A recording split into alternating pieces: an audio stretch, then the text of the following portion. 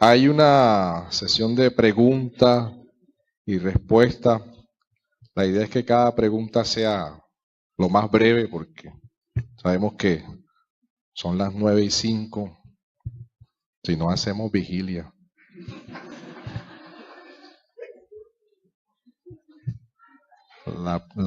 Creo que la última termina aquí a las 3 de la mañana. Bueno, voy a hacer la pregunta, son varias. Y no sé si quieren ubicarse de frente hacia el auditorio. Cualquier cosa le tiran papeles y no saben responder bien.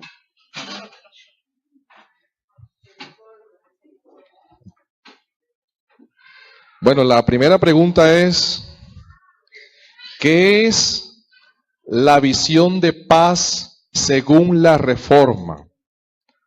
Las renegociaciones de FARC, EP, ELN y JED.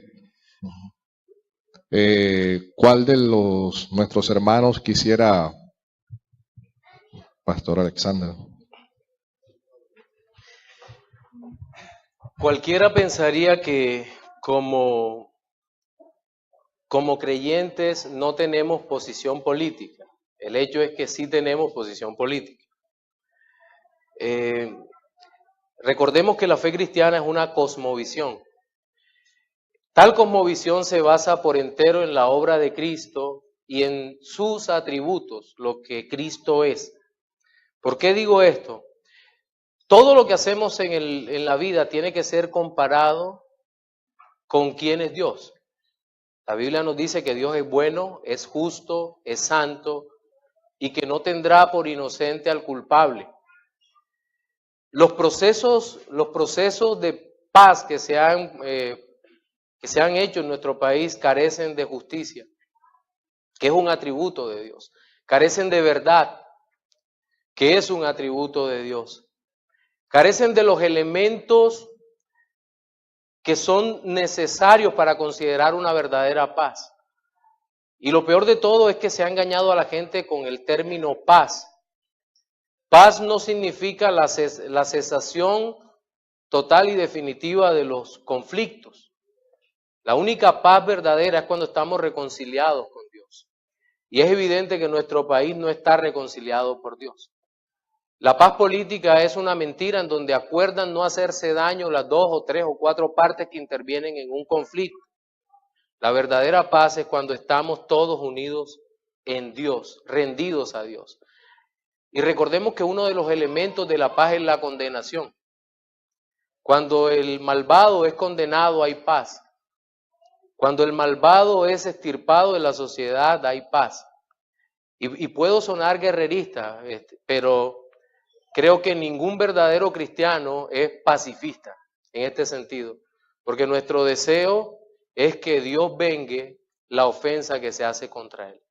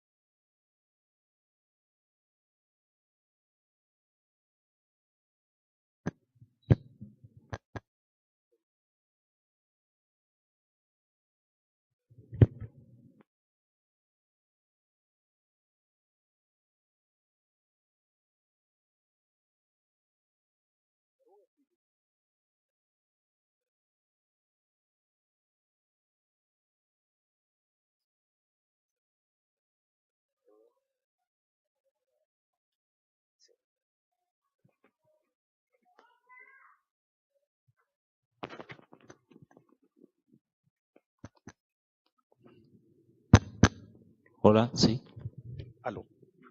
Aló, ya se fue el espíritu.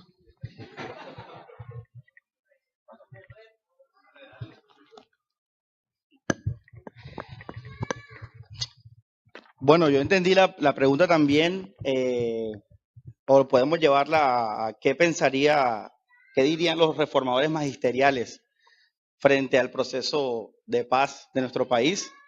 será una pregunta interesante que hacerles, si tuviéramos la oportunidad de preguntarles, por la teología de ellos y por todos los que conocen las biografías de Calvino, de Lutero, de Zwinglio, todos ellos, como dijo el pastor Alex, sosteniendo los principios bíblicos, siempre se va a buscar la justicia, siempre se va a buscar lo que más esté cerca a las Escrituras.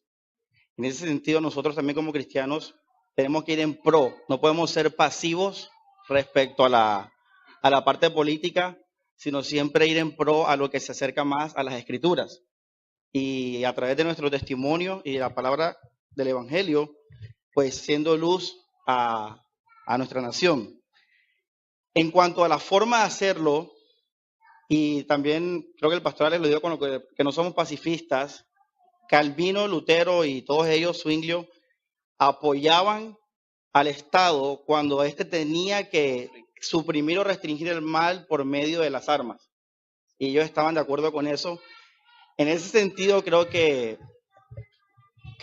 los reformadores no tendrían ningún problema en que la justicia colombiana utilizara la fuerza, por así decirlo, para apresar y para hacer pagar a los criminales, justamente por lo que hicieron. Y creo que en ese sentido ellos no estarían de acuerdo con simplemente hacer como si nunca hubieran hecho nada y seguir así. Creo que ellos estarían de acuerdo en que se usara la fuerza y la justicia para apresarlos.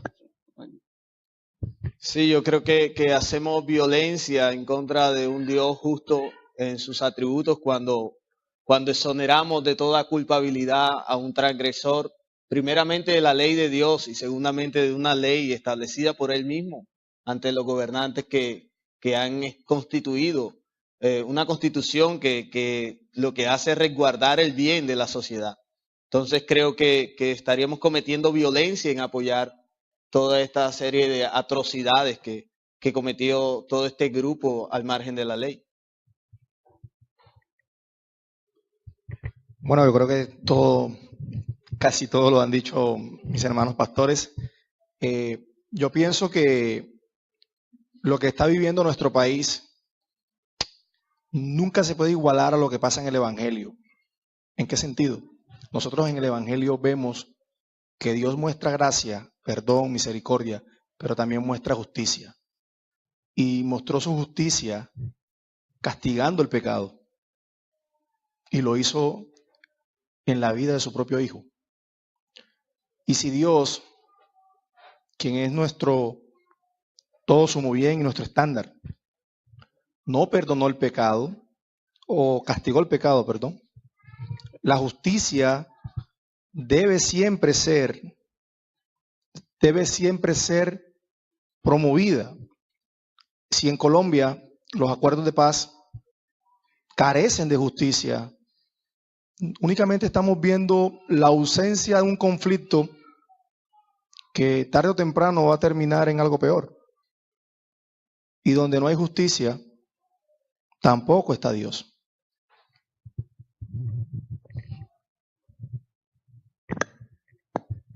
Bueno, vamos a hacer 2 preguntas más y terminamos por tema de tiempo. Una de esas 2 preguntas es, si Dios es el que llama y el que escoge, al estar en una iglesia que no tiene una sana doctrina, de cualquier modo Dios debe llamar a la persona a conocer la verdad. Si Dios es el que llama, el que escoge, y hay una persona que está en una iglesia que no practica la sana doctrina, Dios tiene que llamarla a conocer la verdad, o debe de salir de ella. Bueno, creo que hay dos puntos que necesitamos considerar. El primero es la soberanía de Dios, ¿verdad? Dios es soberano y puede llamar a un escogido en la iglesia más apóstata del mundo, en donde en vez de leer la Biblia lean un libro de cocina. Y Dios es soberano. De pronto hay un pasaje que la persona escucha. Miren, hace tiempo predicaba un sermón donde ponía un ejemplo.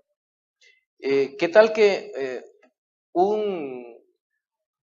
Uno de estos falsos apóstoles de la prosperidad un día no tenía nada que predicar, y para tomar como base de su sermón la Biblia, para tener una excusa para predicar prosperidad, tomó la Biblia y la abrió en 1 Corintios 15, a partir del 1.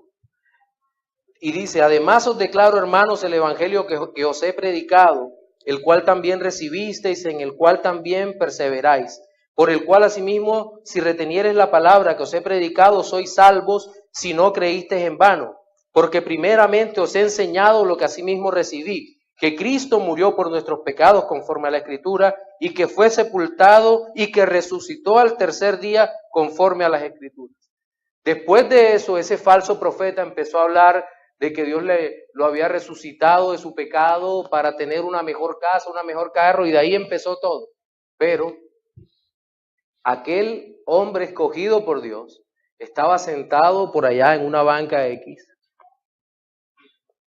y por el Espíritu de Dios se le bloqueó todo lo demás. Él solo se centró en esta palabra que aquel hombre leyó. No la explicó, no la aplicó, no la interpretó, pero la leyó. Y el Espíritu Santo tocó allí a esa persona.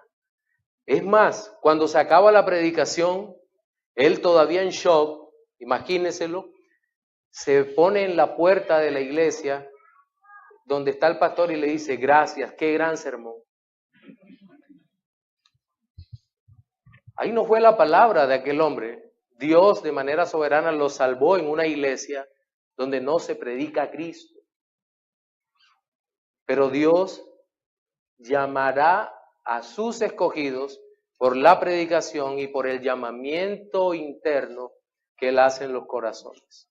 Ahora, la segunda parte de la pregunta habla si se debe quedar en la iglesia o salir. Obviamente, Dios nunca nos llama a reformar la iglesia.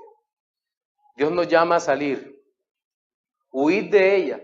Hemos tenido los casos, y creo que los pastores también, en donde nos dicen: pastor, me voy a quedar porque voy a reformar la iglesia. Aquí tengo amigos que pasaron por eso. Voy a reformar las cosas en mi iglesia, voy a hablar. Y uno dice: sí, vas a salir en hombro. ¿Pero cómo? En hombro así, y lo arrojan afuera. Aquí no vengas más. Es lo que probablemente va a ocurrir. Siempre pasa eso. Entonces, nosotros tratamos de no darle muchas esperanzas de que estas iglesias se reformen, a menos que sean los pastores y el liderazgo, que allí sí se empieza un proceso serio con ellos sobre la autoridad de las Escrituras. Ahí pasa otra cosa. Pastor. Sí, ¿ibas a decir algo, Samuel? No, como se vamos en orden. Okay. Parece. Bueno, la palabra de Dios dice en 1 de Juan 2, versículo 20, que es un texto que a veces se tiende a malinterpretar o no se toca. Dice: pero vosotros tenéis unción del Santo y todos vosotros lo sabéis. Y más adelante dice que la unción nos guarda y no hay necesidad de que nadie nos enseñe. Y se malinterpreta incluso para decir que no necesitamos pastores o algo así, pero no significa eso. Porque la Biblia dice en Efesios 4 que sí necesitamos pastores. Significa que el Espíritu Santo va a inquietar, y esto pues de manera sobrenatural, en el sentido de que no es algo que podemos controlar. Al que es de Dios, el Señor lo va a inquietar cuando se esté predicando un falso evangelio. Y él tal vez no sepa racionalmente por qué no le parece. Y muchas veces nos han dicho: no, pastor, es que no me parece aquí y allá. Y es el Espíritu Santo obrando en el corazón de esa persona, que también le va a dar la seguridad y la confianza cuando esté escuchando la palabra de Dios. Y cuando Jesús iba camino a Emaús con los discípulos, unos 2 discípulos que lo seguían, les predicó, les abrió las Escrituras y dice que su corazón ardió de fuego. Y así va a pasar con todos los elegidos. Recuerden que somos salvos y elegidos antes de la fundación del mundo. Y cada vez que una oveja escuche la palabra de Jesucristo, su corazón va a arder de fuego. Y tal vez racionalmente, repito, no lo va a entender, pero lo va a tener esa convicción, al punto que incluso va a tener la seguridad de dejar la iglesia y confiar en que Dios va a obrar. Sí, yo creo que es una buena pregunta para testificar. Tomaré 2 minutos.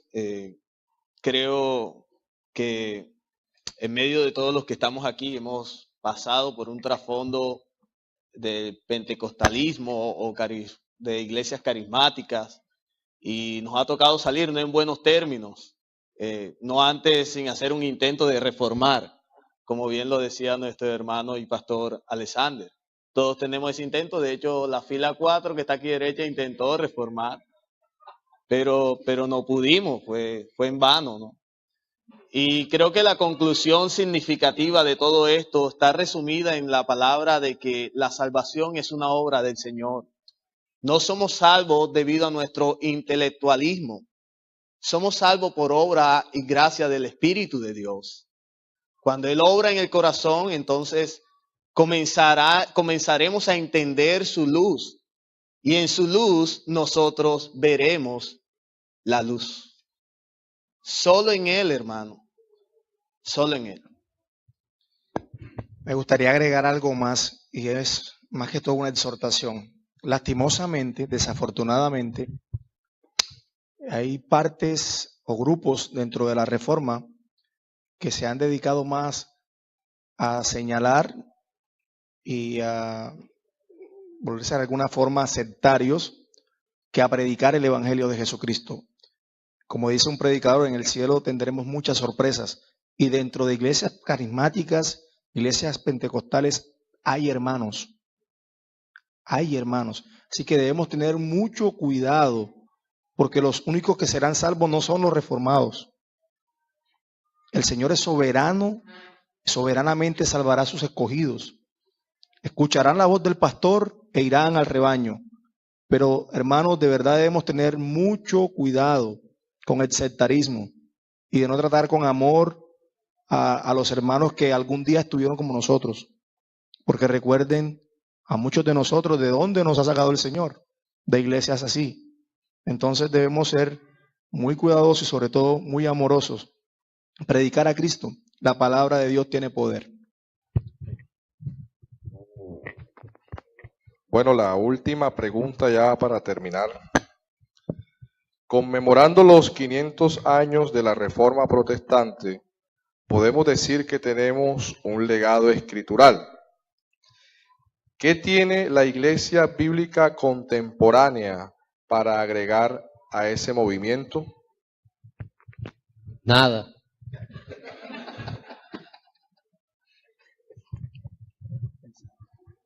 Vas a pensar.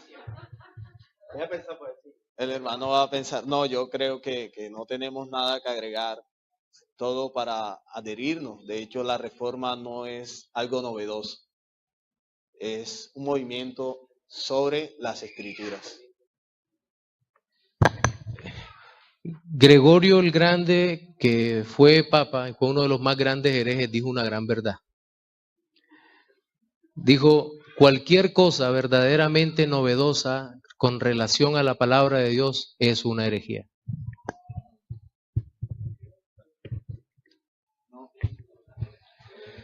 Bueno, estamos de acuerdo en que no hay que agregar, pero sí creo que, y esto es como contradictorio, lo que tenemos que agregar la iglesia contemporánea es limpiar lo que un país. Y murió el gran predicador y expositor Zwinglio. Entonces la iglesia de hoy en día contemporánea tiene que saber bien cuáles son esas cosas no bíblicas de la reforma y limpiar eso y hacer el camino entonces más puro y con menos adiciones carnales y humanas cada año que pase más. Y eso creo que es lo que tenemos que siempre hacer con la reforma magisterial en ese sentido. Bueno, amados hermanos, vamos a colocarnos sobre nuestros pies. Le damos gracias al Señor por este tiempo, por este momento. Gracias a los hermanos servidores, a los diáconos y demás colaboradores que estuvieron apoyando este evento. Gracias a ustedes por la asistencia, por el tiempo que sacaron para acompañarnos y apoyarnos en este lugar. Vamos a entonar la doxología.